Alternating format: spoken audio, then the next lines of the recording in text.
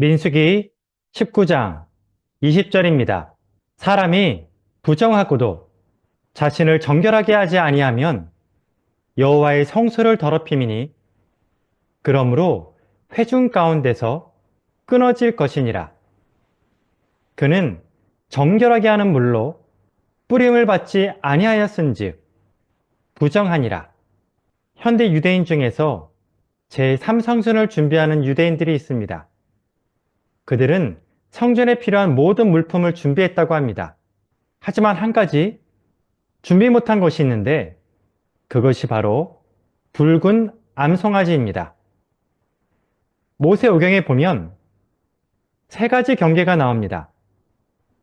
첫 번째 경계는 성소 안쪽과 성소 바깥쪽입니다. 두 번째 경계는 제사를 드릴 수 있는 회막과 백성들이 지내는 진영입니다.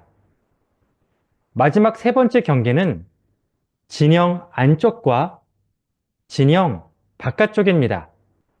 각각의 경계는 엄격한 원칙이 있습니다. 각 경계마다 들어갈 수 있는 사람과 들어갈 수 없는 사람들이 존재합니다.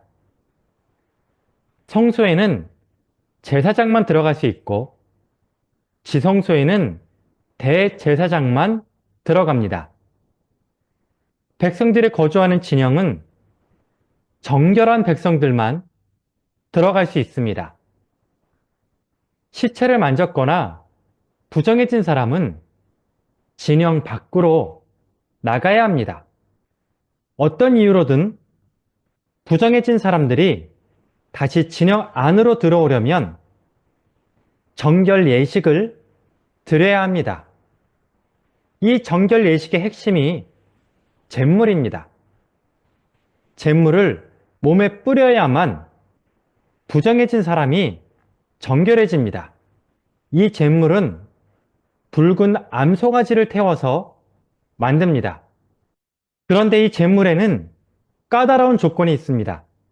흠이 없어야 하고 멍에를 맨 적이 없어야 합니다.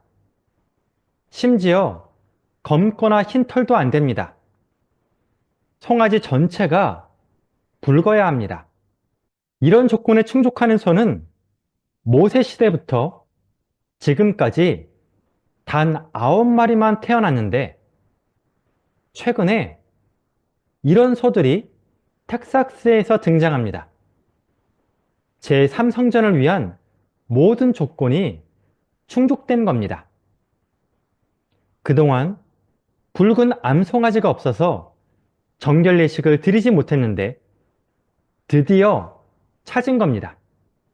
이제는 송아지의 제물로 제사장과 레위인과 제사 드리는 모든 사람들을 정결하게 할 수 있습니다.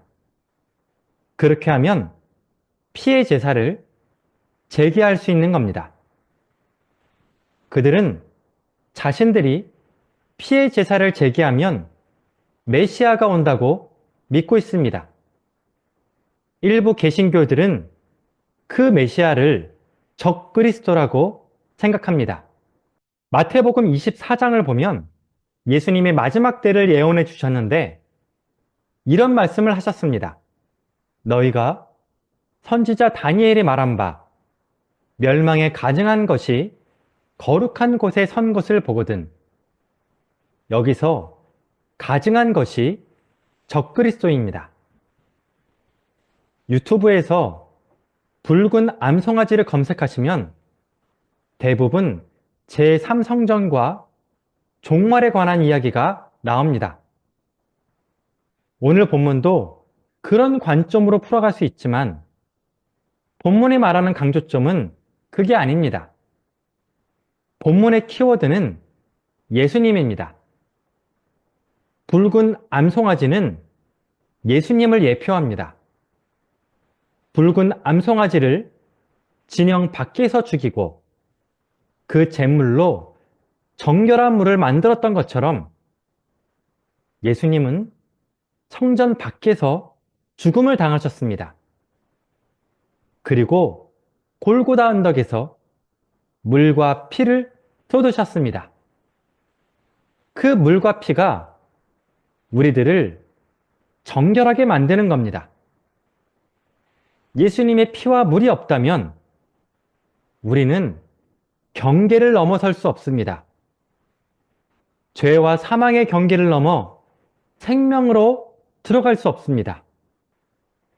생명과 죽음의 경계를 넘으려면 붉은 암송아지의 제물이 필요했던 것처럼 우리는 예수님의 물이 필요한 사람들입니다.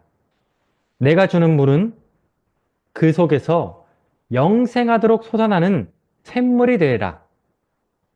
나를 믿는 자는 성경의 이름같이 그 배에서 생수의 강이 흘러나오리라.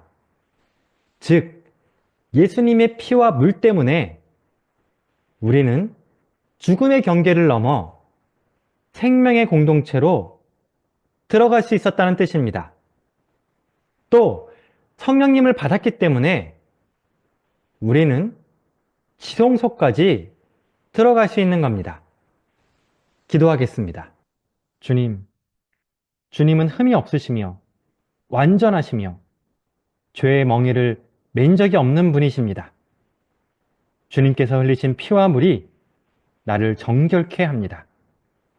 그 은혜가 아니면 우리는 교회 공동체 안에서 함께할 수 없고 예배를 드릴 수 없고 주님의 임재를 누리지도 못합니다. 주님, 죄와 죽음의 세력이 나를 짓누를 때가 있습니다. 그때마다 주님의 보혈과 생수로 승리하게 하여 주옵소서. 날마다 지성소의 은혜를 누리게 하여 주옵소서. 예수님의 이름으로 기도드립니다. 아멘.